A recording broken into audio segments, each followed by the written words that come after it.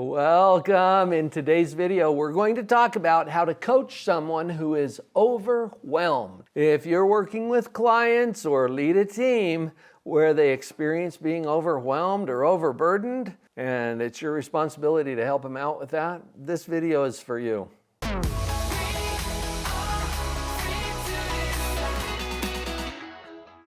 Hi, I'm Dr. Paul Jenkins.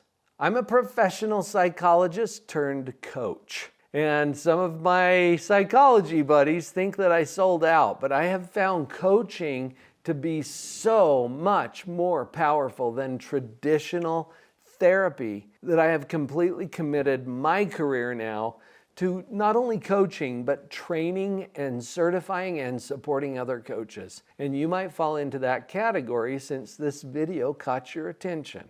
So let's get into how to coach someone who is overwhelmed. I've honed in on 3 specific tips that I will share with you on this video, and then I've got a gift for you that will expand that if you'll stick with me until the end. The first tip is to normalize the experience. This is true for most elements of coaching. No matter what the particular circumstances are that our clients are experiencing, and let's get to the fundamentals behind this, the psychology behind it. Circumstances are neutral. Now, when I say circumstances are neutral, I do not mean that they're easy or painless. They might be very difficult and painful, but they're neutral, meaning that it could always be better and it could always be worse, no matter what it is. I just said that as if it's true. I don't want you to take my word for this. I want you to run it through your own filters and see. Is that true? That no matter what it is, it could always be worse. Is that true? Now let's use a fairly obvious example of that. I'm thinking back to a time when my kids were little. I heard on the news as I was driving my son to school that terrorists had just flown a plane, crashed a plane into the World Trade Center in New York City. Okay, now that dates me a little bit. My kids think that's history. I remember it, and I remember it well. And maybe you do too. What could possibly be worse? Because as you know, a few minutes later, another plane crashed into the other tower. Oh, it just got worse. What could possibly be worse than that? And then a plane crashes into the Pentagon. Okay, so it could always be worse. Is that true? Well, it was pretty bad, Dr. Paul, the way it was. Yeah, I agree. And it could always be worse. You add one more plane. You add one more casualty. You add one more injury to that day. One more loss of property. It could always be worse. When we're meeting with our clients, they don't see it that way because our narrative about the circumstance is rarely neutral. Listen to how I said that. Our narrative about the circumstance is rarely neutral. In fact, it's usually emotionally charged. For example, an overwhelmed client might come to you and say, I've just got so much to do. And you feel that energy, right? It's like, this burden. Okay, let's analyze that.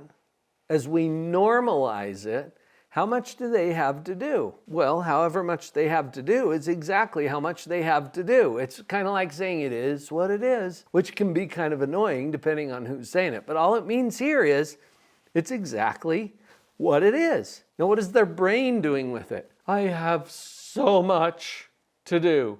It's too much. All right, so they're taking what it is, however much they have to do, and they're comparing it in their mind to what? To having less to do. Because if I had less to do, then that would be better, right? And I don't have less, I have this much, and this is too much. Well, what if they were to compare it to more? What if they compare exactly as much as they have to do right now with having more to do? Then how would this feel? See, it becomes less overwhelming because they're comparing it to something else. I'm going to give you a tool in the next tip that will help to clarify that. Just notice for now that it is what it is. How do we normalize the experience for them? Here's something else that I use with overwhelmed clients, and maybe you could use this as one of your tools. What would it look like if you were perfectly whelmed? Now, nobody says it that way, which is why I do.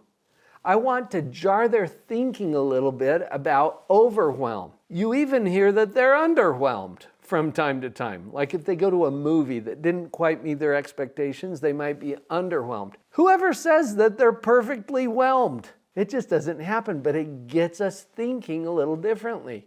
And when you look up the meanings behind this word, whelmed means completely surrounded by or immersed in. Like a fish is completely whelmed in the water in which it swims. If a swimmer, a human swimmer, whelms, it means they go underwater. Isn't that interesting? So it's just surrounded by something. What if we change our mentality to, oh my gosh, this is too much, to, oh, these are just the waters in which I swim. Normalizing the experience for them. See, they're not wrong about how they feel. How they feel is consistent with the way they are judging or evaluating. Now, this leads me to the next tip. Use a powerful psychological model like this one. This is the positivity model that I have developed through my career. It's basically the operating instructions for the equipment. And I will give you a copy of this. Just go to the URL on the screen, drpauljenkins.com/themodel. When you go there, you'll fill out a quick little form for me that allows me to just put this into your inbox with a little description of what it's all about. When you get this model, you're going to see that this is a powerful way to help not only normalize what their brain is doing that's causing the feeling of overwhelm, but giving them a clear path forward to what they can do about it. We don't get to choose our circumstances. And sometimes our choices create our overwhelm because, we've added everything that we think we have to do. Somehow we've added that to our list. What the model does is it gives our clients a solid psychological model to understand what their brain is doing. And awareness precedes choice. Until we're aware of it, it's not a choice. And we roll with whatever our programming is. You've probably noticed this, that our programming is powerful. Like language, for example. Did you notice that we're speaking English here today? Well, whether you noticed or not, it's obvious, but it's programmed. See, I didn't choose to speak English. I was programmed by people who didn't give me a choice. And you were programmed with whatever your native language is, by your parents and your community. You can learn another language. I speak another language fluently, and I'm learning 2 more after that, where I don't have any level of fluency yet. You can learn a new language, but it takes some reprogramming of the brain. Whatever you're programmed with comes pretty naturally. And that is true when people think about their circumstances in a way that causes overwhelm, which is the feeling. Now, the third tip I have as you're coaching someone who's going through an experience of feeling overwhelmed is that we learn to identify and celebrate the small wins. The powerful idea behind this I thought was captured beautifully in a book by Ben Hardy and Dan Sullivan called The Gap and the Gain. And all it is basically is how we judge how we're doing.